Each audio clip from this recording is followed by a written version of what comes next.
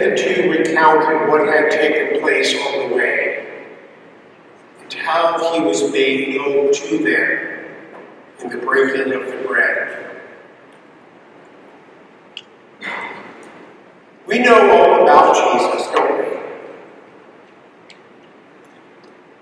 Like the two disciples on the road to Emmaus, we tell others what happened, what Jesus did, what he was like, what others said about him,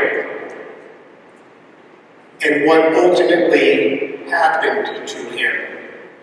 We know much about Jesus, but do we know him?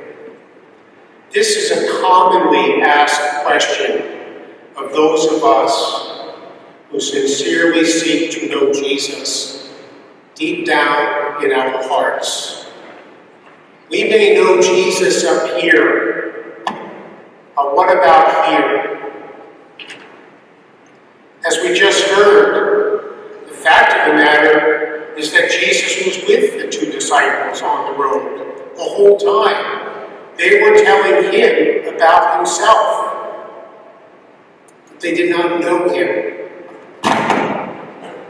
It wasn't until he took bread, said the blessing, broke it, and gave it to them, that their eyes were opened and they recognized him.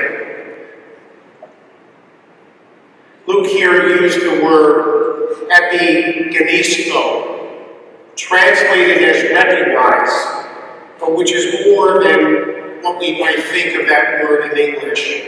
The word he uses connotes a more thorough knowing, a knowing more fully through and through an experiential relationship, a personal knowing.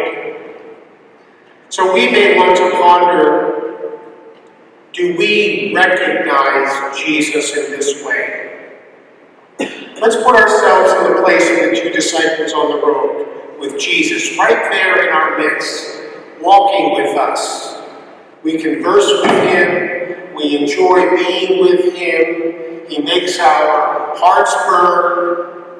But do we recognize him in this deeper experience of a love relationship?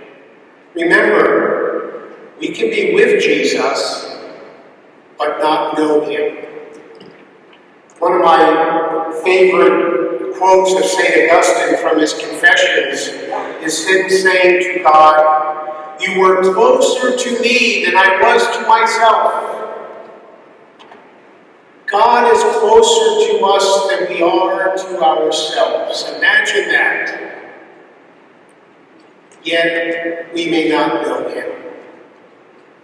Do we recognize epiginosko, him, in what appears to be him, in a thin little wafer of bread?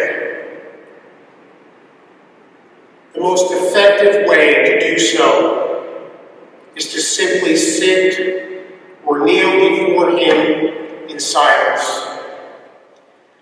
We heard in the gospel yesterday at Mass that Jesus, the Good Shepherd, is known to his flock because they hear his voice. But what does God's voice sound like? Cardinal Sarah, in The Power of Silence, reminds us that God speaks in silence.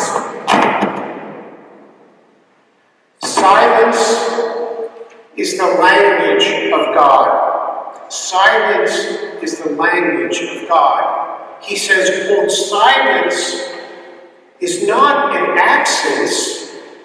On the contrary, it is the manifestation of a presence, the most intense of all presences."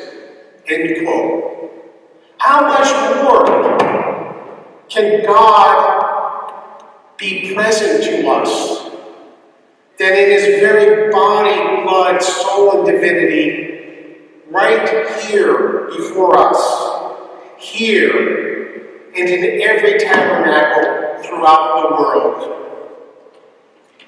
Sarah goes on, quote, in modern society, silence, though, has come into disrepute. This is a symptom of a serious illness, he says. If we're not feeling quite right, do we need more silence in our life? As the two disciples on the road came to recognize Jesus in the breaking of the bread, so too, in this Eucharistic encounter, right now, in silence, pray to recognize Him.